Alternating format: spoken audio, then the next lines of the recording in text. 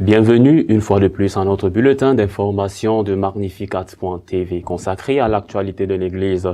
Nous sommes aujourd'hui le mercredi 26 octobre 2022. Voici les titres. Le pape a décidé de doubler le synode sur la synodalité avec une assemblée en 2023 et une autre en 2024. L'Académie pontificale pour la vie a décidé d'admettre des avorteurs parmi ses membres. Ce fait a suscité de nombreuses critiques parmi les théologiens pro-vie. Le pape émérite Benoît XVI a écrit une lettre à l'Université catholique américaine de Steubenville sur le Concile Vatican II. L'évêque d'Essen a regretté que des voix critiques s'élèvent contre le synode allemand et les a décrites comme provenant d'une minorité bruyante. Le président américain Biden a promis, s'il remporte des élections, à faire adopter une loi rendant l'avortement légal dans tous les États américains. Il y aura un deuxième tour pour le synode sur la synodalité, sur décision du pape. Après la session prévue en 2023, il y en aura une autre en 2024. Le pape a annoncé que le synode sur la synodalité aura 2 sessions, la première en octobre 2023 et la seconde en octobre 2024. Le pape François a rappelé que la première phase du synode s'est déroulée dans les églises particulières avec écoute et discernement. Les fruits du processus synodal qui a commencé sont nombreux et pour qu'ils atteignent leur pleine maturité, il est nécessaire de ne pas être pressé. Pour cette raison, a-t-il ajouté, afin de laisser plus de temps au discernement, j'ai décidé que cette assemblée synodale se tiendra en 2 sessions.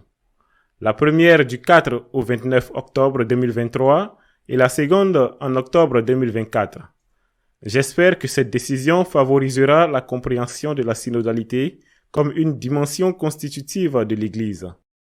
Peu après, le secrétariat général du synode a communiqué que cette décision découle du désir que le thème de l'Église synodale, en raison de son ampleur et de son importance, fasse l'objet d'un discernement prolongé non seulement par les membres de l'Assemblée synodale, mais par toute l'Église. L'Académie pontificale pour la vie a nommé des pro-avortements bien connus parmi ses membres, ce qui a suscité une avalanche de critiques. L'Académie pontificale pour la vie a publié une déclaration dans laquelle elle défend la récente nomination d'un défenseur déclaré du droit à l'avortement, au motif que ses membres sont choisis pour contribuer à un dialogue interdisciplinaire, interculturel et interreligieux fructueux.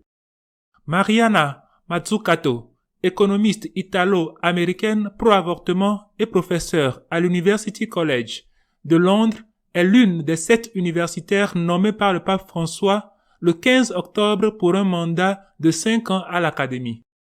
Un autre nouveau membre de l'Académie est Roberto Del Loro, professeur de théologie morale à l'université jésuite Loyola Marymount. Del Loro a critiqué la décision Dobbs, comme on appelle l'arrêt de la Cour suprême des États-Unis qui a annulé le jugement Roe contre Wade en faveur de l'avortement. Roberto Del Loro affirme que la décision de la Cour suprême viole les normes de la liberté personnelle démocratique et le respect de l'autonomie fondamentale des femmes d'une manière qui frise le totalitarisme. Parmi les voix critiques contre la nomination d'avorteurs à l'Académie pour la vie, on trouve celle du docteur José María Simón Castelví. José María Simón Castelví, président émérite de la Fédération internationale des associations médicales catholiques.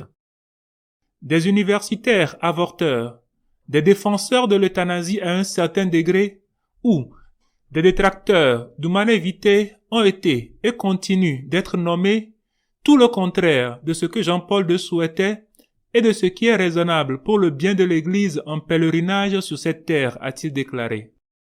Sous la présidence actuelle, ajoute Simón Castelví, tous les universitaires ont été expulsés, puis de nouveaux ont été nommés, y compris certains anciens. C'était comme un nouveau départ avec les risques pour un chercheur de l'insécurité d'être expulsé quand le président le veut. Je comprends que vous devez essayer de dialoguer avec ceux qui sont en faveur de la destruction de la vie intra-utérine et les attirer vers la cause de la culture de la vie. Mais on ne peut pas leur offrir de chair pour diffuser leurs opinions. Ils en ont déjà trop dans le monde civil et avec une majorité écrasante, a-t-il conclu. Benoît XVI a écrit une lettre à l'université de Steubenville, l'université la plus catholique des États-Unis, au sujet du Concile Vatican II.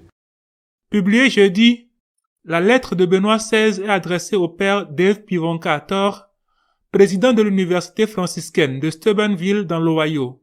Dans sa nouvelle lettre, le pape émérite qualifie le Concile Vatican II de non seulement significatif mais nécessaire. Avec près de 3 pages et demie dactylographiées, la lettre offre de nouvelles observations sur Vatican II de la part de l'un des rares théologiens de l'Église catholique à avoir participé personnellement à ce concile historique qui s'est ouvert il y a 60 ans ce mois-ci. Lorsque j'ai commencé à étudier la théologie en janvier 1946, personne ne pensait à un concile œcuménique, se souvient le pape retraité de 95 ans dans la lettre. Lorsque le pape Jean XXIII l'a annoncé, à la surprise générale, de nombreux doutes ont été exprimés quant à l'utilité, voire à la possibilité, d'organiser les idées et les questions dans l'ensemble d'une déclaration conciliaire et de donner ainsi à l'Église une orientation pour son chemin futur, observe Benoît XVI. En réalité, un nouveau conseil s'est avéré non seulement important mais nécessaire. Pour la première fois, la question d'une théologie des religions s'était manifestée dans sa radicalité, poursuit-il. Il en va de même pour la relation entre la foi et la raison. Ces deux questions n'avaient pas été envisagées de cette manière auparavant. Cela explique pourquoi Vatican II a d'abord menacé de déstabiliser et de secouer l'Église, plutôt que de lui donner une nouvelle clarté pour sa mission, écrit Benoît XVI. Entre-temps, la nécessité de reformuler la question de la nature et de la mission de l'Église est devenue de plus en plus évidente. De cette façon, la force positive du Conseil émerge aussi lentement. L'ecclésiologie, l'étude théologique de la nature et de la structure de l'Église, a évolué après la Première Guerre mondiale, écrit Benoît. Si l'ecclésiologie avait jusqu'alors été traitée essentiellement en termes institutionnels, la dimension spirituelle plus large du concept d'Église était désormais perçue avec joie. En même temps, écrit Benoît, le concept de l'Église comme corps mystique du Christ a été reconsidéré de manière critique. La spiritualisation complète du concept de l'Église, quant à elle, passe à côté du réalisme de la foi et de ses institutions dans le monde.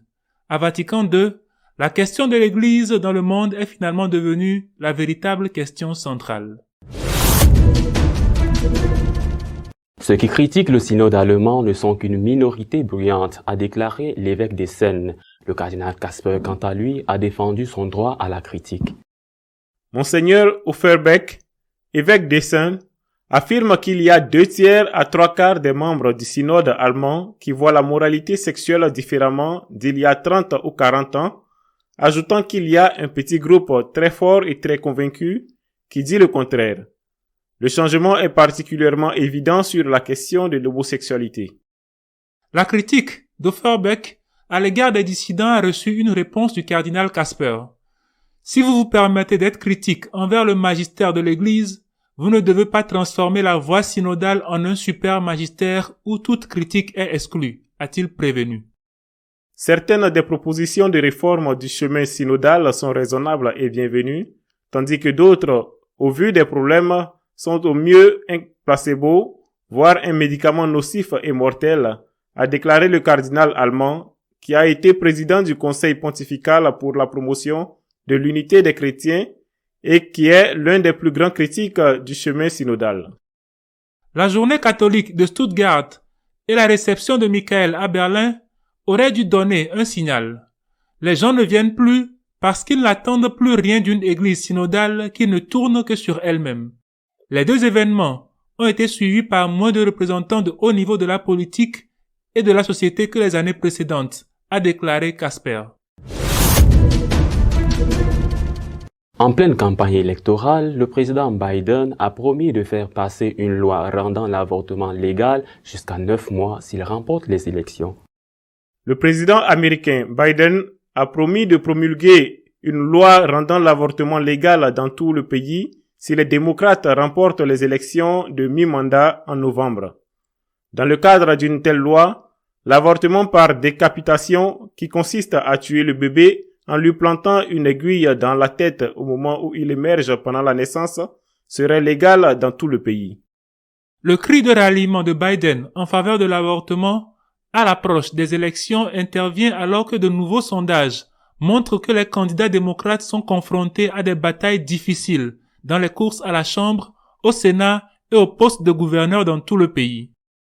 Flanqué de militants pro-avortement et de femmes tenant des pancartes sur lesquelles on pouvait lire « Defend Choice » et « Restore Roe », M. Biden, un catholique, a exhorté les Américains à voter pour les démocrates lors des élections de novembre, s'ils veulent que Roe devienne une loi. Les démocrates contrôlent actuellement la Chambre des représentants avec 220 sièges contre 211 pour les républicains, ce qui signifie qu'un changement de seulement 5 sièges transférerait le pouvoir aux républicains.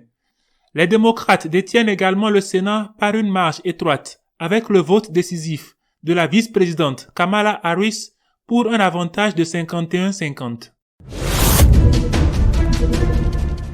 Notre éditorial de cette semaine est consacré à la réflexion sur les critiques de ceux qui osent s'écarter des intentions du synode allemand. J'imagine que le rêve de tout violeur est que la femme violée soit déclarée coupable. Que le rêve de tout voleur est que la personne dont il a volé le portefeuille soit jugée. Ou que le rêve de tout meurtrier est que sa victime soit considérée par la société comme coupable des coups de couteau mortels qu'elle a reçus. Eh bien, je crois que c'est ce que certains dans l'Église veulent qu'il se passe. Et pourquoi le violeur, le meurtrier, le voleur dirait-il que sa victime est coupable? Pourquoi chercherait-il à convaincre l'opinion publique, les juges, la police, que sa victime est coupable? Parce qu'elle s'est défendue. Elle a osé se défendre. Elle a résisté quand le violeur l'a violée. Elle a crié. Mais où en sommes-nous? Pense le violeur. Et celui à qui on a volé le portefeuille a essayé de ne pas se le faire voler. Mais où en sommes-nous? Pense le voleur. Si la victime n'avait pas résisté, tout irait bien.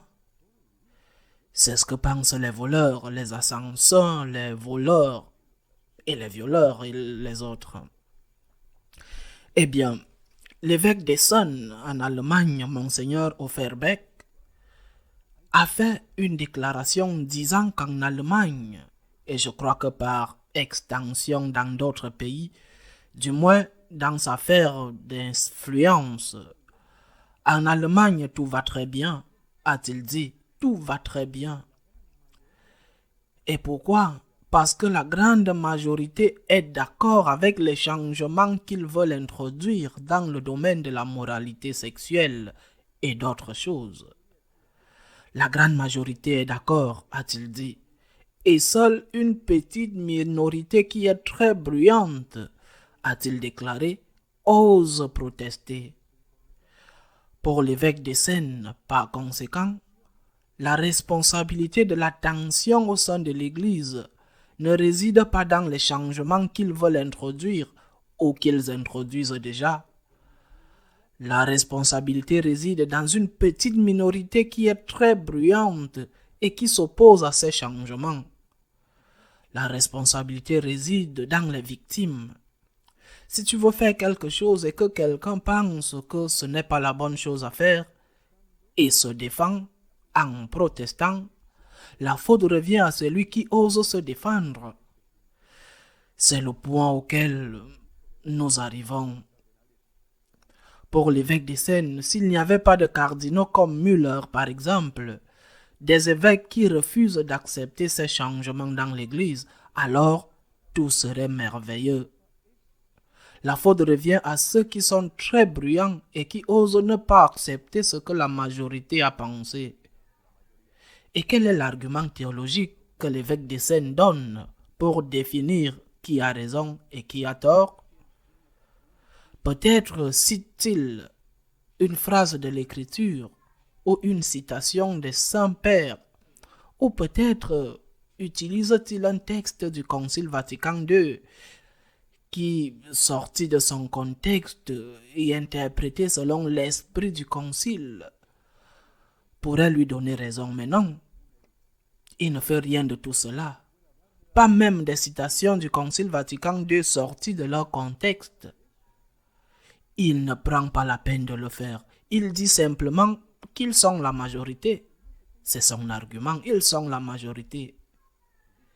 Et comme ils sont la majorité, ils ont raison. C'est tout.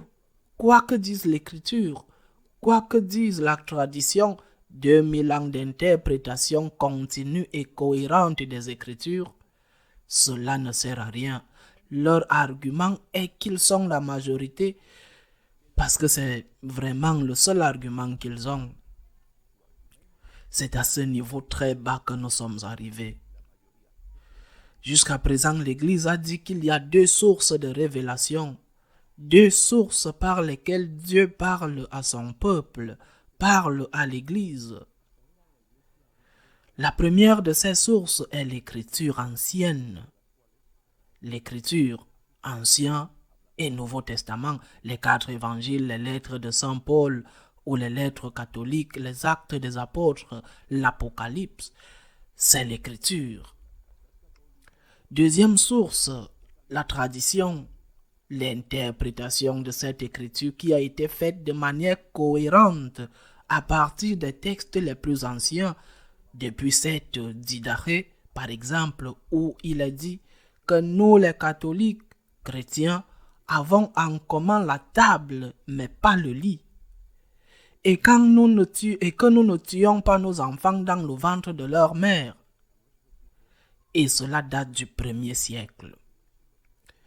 Écriture et tradition, les 2 sources de la révélation. Plus maintenant.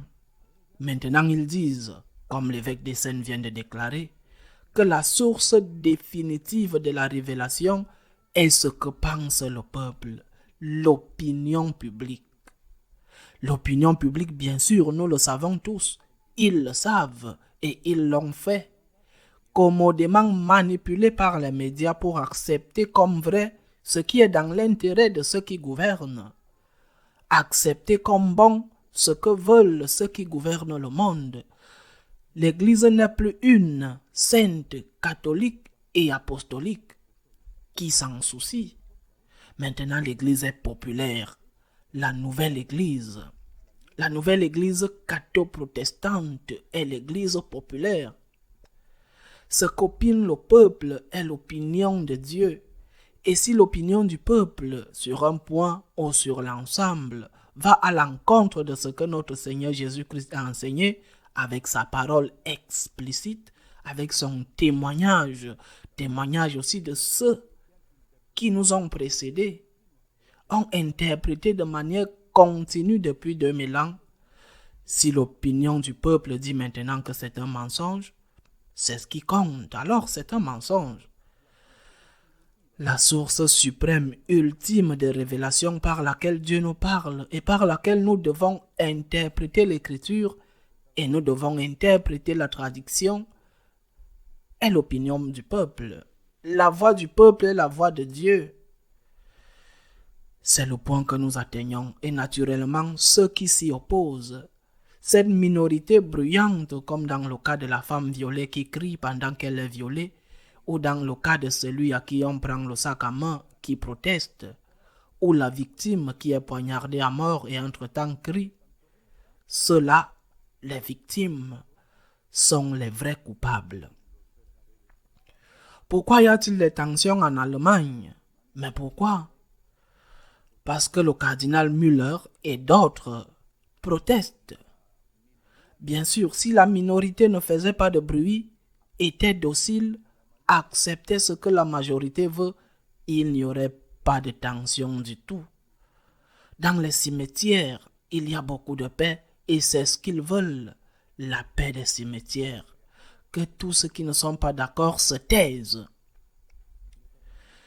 Il ne faudra pas longtemps à cette église populaire pour boucler la boucle, si elle ne l'a pas déjà bouclée. C'est-à-dire qu'il ne faudra pas longtemps pour qu'elle exige que la minorité qu'elle vilipende comme bruyante et coupable de provoquer des tensions soit expulsée de la communauté, expulsée de l'église. Peut-être même exige-t-elle que l'autorité civile persécute cette minorité qui rompt la paix sociale. Si la minorité bruyante n'existait pas, tout irait bien, tout serait tranquille. Comment osent-ils protester? Comment osent-ils s'opposer? Ils sont à blâmer. Les victimes sont à blâmer. Ils sont coupables. Cela n'est pas une prophétie. C'est ce qui se passe déjà dans de nombreux endroits. Il y a de nombreux témoignages de prêtres qui sont harcelés précisément parce qu'ils osent défendre ce que Jésus-Christ a dit, parce qu'ils osent dire que Jésus-Christ est Dieu et que parce que Jésus est Dieu, ses enseignements ne peuvent pas être changés. Pour avoir dit cela, pour avoir essayé d'être cohérent avec cela, la persécution est déjà là. Elle va augmenter. Elle va augmenter. Que devons-nous faire?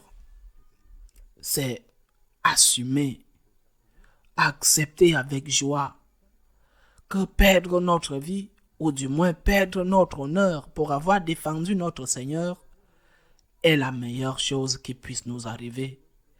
La meilleure chose qui puisse nous arriver est précisément d'être persécuté par cette église populaire qui a rejeté l'écriture et la tradition comme source de révélation, comme source suprême de révélation. Dans Archipel au Goulag, Solzhenitsyn disait, en décrivant ce qu'il a dû subir dans les goulags soviétiques en Sibérie, il y a des situations dans la vie où la seule place pour un honnête homme est la prison. Il y a des situations dans la vie de l'Église où la seule place pour un croyant est dans une opposition bruyante. Le choix des martyrs, non seulement ceux qui ont perdu leur vie, mais ceux qui ont tout perdu, même avant leur vie. La leçon des martyrs est qu'il y a vie éternelle. Et nous nous préparons à cette vie éternelle. Et nous considérons, avec l'aide de Dieu que nous avons besoin, nous considérons que c'est un honneur de tout laisser et de tout perdre pour lui. Nous croyons en la vie éternelle.